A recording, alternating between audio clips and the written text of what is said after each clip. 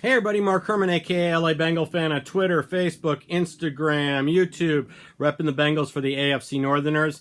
I think as fans going into this game, we all could have used an easy week. That was at least my feeling. When we were up 21 in the first half, I was thinking, geez, finally we'll get a week where it's an easy week. And unfortunately, the Bengals played Marvin ball in the second half and let the Bucs get back into it, actually tie the game late, and then we pull off our last-minute heroics and win the game. But still, I could have used an easy week, and we didn't get one this week. But I will take the W. It's 5-3 going into a bye. I've been saying all along that's what we needed going into this bye, was to be at least 5-3, and that's what we're doing.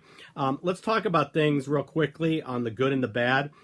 Started out kind of shaky in the first half, but once we got going, it was good. It was kind of deflating to drive all the way down to their 20 and then bail on a fourth down. Love the fact that we went for it on fourth down. I hated the fact that we want to get Mixon involved in the game, but we don't want to force it. And we kept forcing him running between the tackles, and it was failing, and it failed right there. So I do like the aggressive nature of the play calling, but I felt like we were going out of our way to force the ball to Mixon running it. I'd like to see more screen passes, stuff like that. Dalton's hard count today was unbelievable. I think we got 5 encroachment calls, and they came at big times. I mean, we'd be looking at a 3rd and 8, and all of a sudden we were at a 3rd and 3.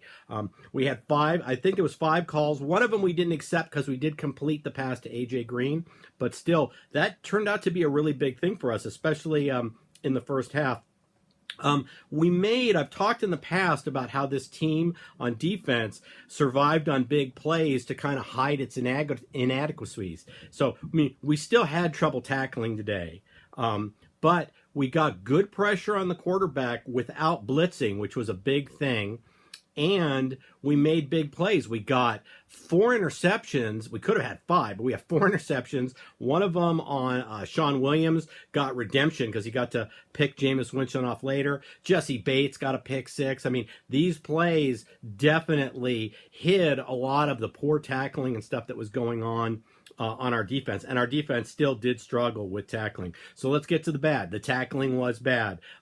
Like I said, we made a concerted effort to get Mixon the ball, but a lot of it led to 3 and outs, especially in the second half. We had 4 or 5 consecutive 3 and outs, and that's what let the Bucs get back into it.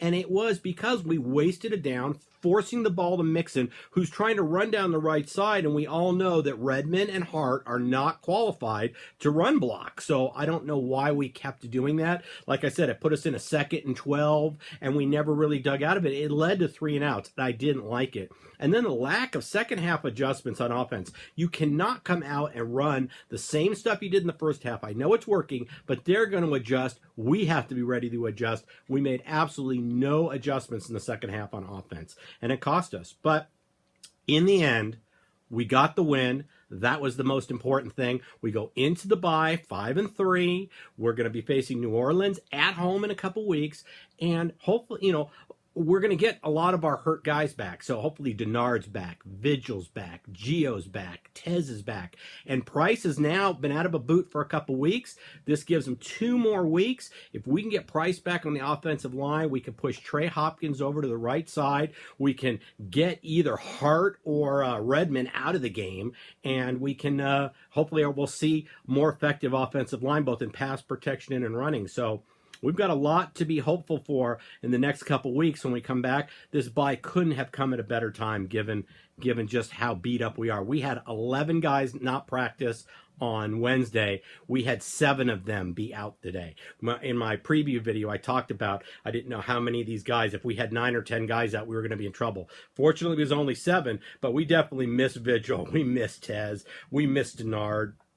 So, it'll be nice to get these guys back, and if Price can come back, that'll be huge. So with that, I will sign off as I always do with fuck Marvin Lewis until we get back to the playoffs and win a playoff game, and fuck Mike Brown until we get back to the Super Bowl. And everybody have a great rest of your Sunday, and I will, if there's news during the bye week, I'll put up a video. If not, you'll get my preview video to the New Orleans game in a week and a half or so. So that's it. Have a good rest of your weekend, everybody. Hoo-day!